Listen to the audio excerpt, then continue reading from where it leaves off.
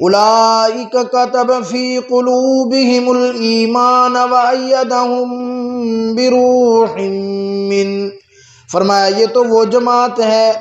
جن کے ایمان کی تائید اللہ رب العالمین نے خود فرما دی ہے۔ وَأَيَّدَهُم بِرُوحٍ مِّن، حضرت جبریل امین نے ان کی تائید کی ہے بروح من، وَيُدْخِلُهُمْ جَنَّاتٍ تَجْرِي مِن تَحْتِهَا الْأَنْهَارُ خَالِدِينَ فِيهَا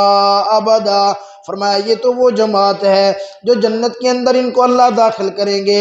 ایسی جنت جن کے نیچے نہریں بہتی ہیں، فرمایا وہ ہمیشہ ہمیشہ اس جنت کے اندر رہیں گے، کیونکہ فرمایا رضی اللہ عنہم ورضوا عنہ، اللہ ان سے راضی ہو گیا اور وہ اللہ سے راضی ہو گئے۔ اولئک حزب اللہ، اللہ اکبر، اللہ فرماتے ہیں او کائنات والو، او دنیا والو، او مسلمانوں، آؤ دیکھ لو، اگر کسی نے اللہ کی جماعت کو دیکھنا ہے تو آؤ دیکھ لو۔ ارے آج دنیا کے اندر کوئی پی پی کا ہوگا، کوئی پی ٹی آئی کا ہوگا، کوئی مسلم لیگ نون کا ہوگا، کوئی مسلم لیگ کاف کا ہوگا، ہر بندہ کہتا ہے میری جماعت اچھی، میرا لیڈر اچھا، ہر بندہ اپنی جماعت اپنے لیڈر کی تعریف کرتا ہے، ہر بندہ ان کے گن گاتا ہے۔ اللہ کی قسم وہ کیسی جماعت ہوگی جس کے بارے میں خود ارشاد خداوندی ہے اولئک حزب اللہ، فرمایا یہ اللہ کی جماعت ہے، اور جماعت بھی کیسی، فرمایا اولئک حزب اللہ الا ان حزب اللہ هم المفلحون، فرمایا خبردار یہ جو ساری کی ساری اللہ کی جماعت ہے، یہ جماعت کا ہر فرد، جماعت کا ہر انسان، جماعت کا ہر مرد ہر عورت، جماعت کا ہر بچہ ہر بوڑھا ہر جوان، فرمایا مفلحون یہ کامیاب ہو گئے۔ اللہ کی قسم جن کی کامیابی پر اللہ نے مہر لگا دی، جن کی کامیابی کے اوپر اللہ رب العالمین نے خود مہر تصدیق سب کر دی، ارے دنیا والے کیا کہیں، آج ہر مسلمان چاہے وہ کسی بھی گروہ سے تعلق رکھتا ہو، وہ کسی بھی تنظیم سے تعلق رکھتا ہو، وہ کسی بھی جماعت سے تعلق رکھتا ہو، ہر بندہ کہتا ہے کہ میں جنتی ہوں، ہر بندہ کہتا ہے میں صحیح مسلمان ہوں، ہر بندہ کہتا ہے میں سچا مسلمان ہوں، ہر بندہ حضور صلی اللہ علیہ وسلم کی محبت کا دعویٰ کرتا ہے، ہر بندہ ہر تنظیم اللہ اکبر حضور صلی اللہ علیہ وسلم کے ساتھ قیامت والے دن اٹھنے کا دعویٰ کرتا ہے، ہر تنظیم ہر بندہ ہر گروہ ہر فرقہ یہ چاہتا ہے کہ اللہ مجھے جنت عطا فرما دے، اللہ مجھے حوض کوثر سے حضور صلی اللہ علیہ وسلم کا پانی نصیب فرما دے، ہر مسلمان ہر تنظیم کی یہ خواہش ہے کہ قیامت والے دن حضور صلی اللہ علیہ وسلم کی شفاعت مجھے نصیب ہو جائے، ہر بندے کی ہر مسلمان کی یہ خواہش تمنا اور آرزو ہے کہ قیامت والے دن میں حضور صلی اللہ علیہ وسلم کے جھنڈے کے نیچے اٹھایا جاؤں۔ اللہ اکبر، ارے آج ہر بندے ہر مسلمان ہر کلمہ گو کی یہ خواہش ہے، اور وہ جماعت تم نہیں دیکھتے، وہ لوگ تم نہیں دیکھتے جن کو اللہ نے کہہ دیا کہ یہ جنتی ہیں، اللہ نے کہہ دیا وَيُدْخِلُهُمْ جَنَّاتٍ تَجْرِي مِن تَحْتِهَا الْأَنْهَارُ، اللہ رب العالمین نے خود فرما دیا کہ یہ جنتی ہیں، اللہ کی قسم، اور وہ صحابہ کرام رضوان اللہ علیہم اجمعین کی جو جماعت ہے، سیدنا صدیق اکبر رضی اللہ تعالیٰ عنہ سے لے کر ایک چھوٹے ادنا سے ادنا صحابی تک جس نے بھی ایمان کی حالت کے اندر امام الانبیاء صلی اللہ علیہ وسلم کے چہرے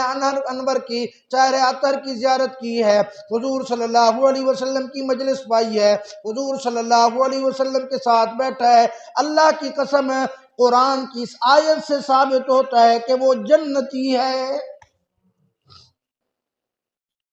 امام الانبیاء صلی اللہ علیہ وسلم نے جنہیں کئی دفعہ جنت کی بشارت عطا فرمائی ہے، وہ ان کے جو سردار ہیں حضرت سیدنا صدیق اکبر رضی اللہ تعالیٰ عنہ، وہ صدیق تیرا کتنا بڑا مقام ہے، وہ حضرت ابو بکر تیرا کتنا بڑا شان ہے، وہ حضرت صدیق اکبر تیرا تو اتنا بڑا مقام ہے، اللہ کی قسم کہ دنیا کے اندر کوئی بھی بندہ اس وقت تیرے مقام تک نہیں پہنچ سکتا۔ صدیق کا تو وہ مقام ہے کہ انبیاء علیہم السلام کے بعد فرمائے اس آسمان کی چھت کے نیچے پوری کی پوری کائنات کے اوپر حضرت صدیق اکبر رضی اللہ تعالیٰ عنہ جیسا انسان اللہ نے پیدا ہی نہیں کیا۔ آج تو میں مسلمان ہے، آج ہر کلمہ گو کی یہ خواہش، تمنا اور آرزو ہے کہ میں قیامت والے دن حضور صلی اللہ علیہ وسلم کے ساتھ کھڑا کیا جاؤں، حضور صلی اللہ علیہ وسلم کے ساتھ میرا حشر ہو، حضور صلی اللہ علیہ وسلم کے جھنڈے کے نیچے میں اٹھایا جاؤں، حضور صلی اللہ علیہ وسلم سے حوض کوثر کا مجھے پانی نصیب ہو۔ اللہ اکبر فرمایا۔ امام الانبیاء صلی اللہ علیہ وسلم ایک پہاڑ کے اوپر تشریف فرما ہے، پہاڑ ہلنے لگا، امام الانبیاء صلی اللہ علیہ وسلم نے اپنے رحمت والا پاؤں مبارک اس پہاڑ کے اوپر رکھا، فرمایا وہ پہاڑ تجھے نہیں ہے پتا، آج تیرے اوپر ایک نبی موجود ہے، تیرے اوپر ایک صدیق موجود ہے، اور تیرے اوپر ایک شہید موجود ہے۔ فرمایا صحابہ کرام رضوان اللہ علیہ مجمعین نے دیکھا حضور صلی اللہ علیہ وسلم کے ہاتھ مبارک ایک طرف صدیق اکبر رضی اللہ تعالیٰ عنہ کے ہاتھ میں ہے، دوسری طرف سیدنا فاروق اعظم رضی اللہ تعالیٰ عنہ کے ہاتھ میں ہے، اور آپ صلی اللہ علیہ وسلم نے ارشاد فرما دیا، فرمایا اہاکذا نبعث یوم القیامہ، فرمایا لوگوں دیکھ لو قیامت والے دن میں محمد الرسول اللہ، میرا یار صدیق اور میرا یار عمر بن خطاب ہم اسی طرح اٹھائے جائیں گے۔ ایک دفعہ حضور صلی اللہ علیہ وسلم کی مجلس لگی ہوئی ہے، صحابہ اکرام رضوان اللہ علیہ مجمعین کی مجلس لگی ہوئی ہے، حضور صلی اللہ علیہ وسلم نے بھی فرمایا کہ ہر بندہ اپنی اپنی پسندیدہ چیزیں بتائے۔ اللہ اکبر، لمبی حدیث ہے، سب نے اپنی اپنی پسندیدہ چیزیں بتائیں۔ صدیق اکبر رضی اللہ تعالیٰ عنہ سے پوچھا گیا، حضرت سیدنا ابو بکر صدیق رضی اللہ تعالیٰ عنہ نے ارشاد فرمایا مجھے تو یہ پسند ہے کہ میری آنکھیں ہوں، میری نظر ہو اور دیدار مصطفیٰ ہوتا رہے۔ اور اللہ رب العالمین نے پھر حضرت ابو بکر صدیق رضی اللہ تعالیٰ عنہ کی یہ خواہش، یہ تمنا، یہ آرزو ایسی پوری کی۔ اللہ اکبر، فرمایا دنیا کے اندر بھی غار کے اندر اللہ اکبر حضور صلی اللہ علیہ وسلم حضرت ابو بکر صدیق رضی اللہ تعالیٰ عنہ کی جھولی مبارک کے اندر ہے، اور صدیق کئی دن تک آقا کا دیدار کرتا رہا، حضر کے اندر، سفر کے اندر، گھر کے اندر، باہر، فرمایا ہر وقت حضور صلی اللہ علیہ وسلم کی معیت، ہر وقت حضور صلی اللہ علیہ وسلم کا ساتھ، ہر وقت امام الانبیاء صلی اللہ علیہ وسلم کی زیارت ہے۔ اللہ اکبر، واہ صدیق اکبر تیرا کیا شان ہے، تیری یہ خواہش اور تمنا اللہ نے ایسی پوری کر دی کہ اللہ رب العالمین نے فرمایا صدیق ہم تیری تمنا اور آرزو ایسی پوری کریں گے کہ روز عطر کے اندر بھی، فرمایا قیامت تک عالم برزخ کے اندر بھی میں تجھے اپنے آقا کے، اپنے محبوب کے پہلو کے اندر سلا کر قیامت تک تجھے آقا کا دیدار نصیب کر دوں گا۔ اللہ کی قسم، حضرت ابو بکر صدیق کا جو مقام اور شان ہے اس تک کوئی بھی نہیں پہنچ سکتا۔ اور ایک بات یاد رکھو، نبوت کا جو درجہ ہے یہ کوئی انسان عبادت سے حاصل نہیں کر سکتا، کوئی ریاضت سے حاصل نہیں کر سکتا، یہ اللہ کی عطا ہے۔ اللہ جس کو چاہیں نبوت عطا فرما دیں، جس کو چاہیں نبی بنا دیں۔ اور دوسرا علماء کرام نے لکھا کہ صحابی رسول ہونا بھی کوئی بندہ اپنی عبادت اور ریاضت سے حاصل نہیں کر سکتا، یہ بھی اللہ کی عطا ہے۔ اللہ نے چن چن کر یہ ساری دنیا سے ہیرے اٹھا کر امام الانبیاء صلی اللہ علیہ وسلم کے قدم مبارک کے اندر ڈال دیے ہیں۔ اللہ اکبر، امام الانبیاء صلی اللہ علیہ وسلم پر سب سے پہلے کلمہ پڑھنے والے، سب سے پہلے میرے آقا صلی اللہ علیہ وسلم پر ایمان لانے والے، الذین یؤمنون بالغیب، فرمایا ایمان بالغیب کا جو صحیح معنی مصداق ہیں وہ سیدنا صدیق اکبر رضی اللہ تعالیٰ عنہ ہیں، سب سے پہلے کلمہ پڑھنے والے۔ ایک اللہ والے سے، ایک عالم بڑے محقق سے میں نے سنا، فرمایا اللہ رب العالمین نے جب قرآن شریف کو شروع کیا، سورہ بقرہ الف لام میم ذالک الکتاب لا ریب فیہ ھدی للمتقین، فرمایا یہ کتاب ہدایت ہے، ھدی للمتقین، یہ متقین کے لیے ہدایت ہے۔ اور فرمایا آگے اللہ رب العالمین نے فرمایا متقی کون ہے؟ فرمایا ان کی تعریف کے اندر میں مختصر کرنا ہوں، الذین یؤمنون بالغیب ویقیمون الصلاة ومما رزقناہم ينفقون والذین یؤمنون بما انزل الیک وما انزل من قبلک وبالآخرۃ هم یوقنون۔ فرمایا جو متقین کی آگے اللہ رب العالمین نے صفات بیان کی ہیں، الذین یؤمنون بالغیب، فرمایا آیت کے اسی حصے سے معلوم ہوتا ہے کہ یہ آیت کا حصہ حضرت ابوبکر صدیق رضی اللہ تعالیٰ عنہ پر صادق آتا ہے۔ اگلا حصہ وَيُقِيمُونَ الصَّلَاةَ، فرمایا یہ دوسرا حصہ کہ وہ نماز قائم کرتے ہیں، یہ سیدنا فاروق اعظم رضی اللہ تعالیٰ عنہ کی ذات اقدس پر صادق آتا ہے، کیونکہ سیدنا فاروق اعظم رضی اللہ تعالیٰ عنہ وہ شان والے ہیں جن کو آخری وقت جب ان کے اوپر حملہ کیا گیا تو وہ نماز کے اندر موجود تھے۔ فرمایا یہ آیت کے اندر تیسری بات ہے وَمِمَّا رَزَقْنَاهُمْ يُنفِقُونَ، وہ اللہ کے راستے کے اندر خرچ کرنے والے ہیں۔ فرمایا کہ یہ آیت کا حصہ معلوم ہوتا ہے یہ سیدنا عثمان غنی رضی اللہ تعالیٰ عنہ کے بارے میں ہے کہ سیدنا عثمان غنی رضی اللہ تعالیٰ عنہ نے اتنی خرچ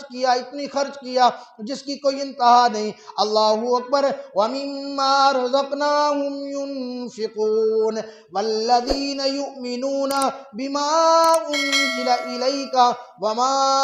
أُنزِلَ مِن قَبْلِكَ، فرمایا کہ یہ ہے کہ اللہ رب العالمین نے جو کتاب نازل کی ہے، اللہ نے جو علم اتارا ہے، فرمایا اس سے معلوم ہوتا ہے کہ یہ آیت کا حصہ تصدیق کرتا ہے سیدنا علی المرتضیٰ رضی اللہ تعالیٰ عنہ کی کہ اللہ رب العالمین نے سیدنا علی المرتضیٰ رضی اللہ تعالیٰ عنہ کو جو علم عطا فرمایا تھا، وحی کا علم عطا فرمایا تھا، دین کا علم عطا فرمایا تھا، وہ شاید اس کائنات کے اندر کسی اور کو عطا نہیں فرمایا۔ یہ تو بڑے مقام والے ہیں صحابہ اکرام رضوان اللہ علیہم اجمعین۔ اللہ اکبر، میں عرض کر رہا تھا سیدنا صدیق اکبر رضی اللہ تعالیٰ عنہ کی ساری زندگی حضور صلی اللہ علیہ وسلم کی غلامی کے اندر گزر گئی۔ سیدنا صدیق اکبر رضی اللہ تعالیٰ عنہ کی ساری زندگی حضور صلی اللہ علیہ وسلم کی سنتوں پر عمل کرتے گزر گئی۔ حضور صلی اللہ علیہ وسلم کے تشریف لے جانے کے بعد سیدنا صدیق اکبر رضی اللہ تعالیٰ عنہ نے بھی ان سے محبت کی جن سے امام الانبیاء صلی اللہ علیہ وسلم محبت کرتے تھے، ان سے تعلق نبھایا جن سے حضور صلی اللہ علیہ وسلم کا تعلق تھا۔ اللہ اکبر، علماء کرام نے لکھا ہے کہ سیدنا امام حسن حضرت سیدنا امام حسین رضی اللہ تعالیٰ عنہ کو جس طرح حضور صلی اللہ علیہ وسلم اپنے کندھوں مبارک پر اٹھاتے تھے، اسی طرح فرمایا سیدنا صدیق اکبر رضی اللہ تعالیٰ عنہ بھی حضرات حسنین کریمین کو اپنے کندھوں پر اٹھاتے تھے، جس طرح حضور صلی اللہ علیہ وسلم اپنے شہزادوں سے محبت کرتے تھے، اسی طرح حضرت ابوبکر صدیق رضی اللہ تعالیٰ عنہ بھی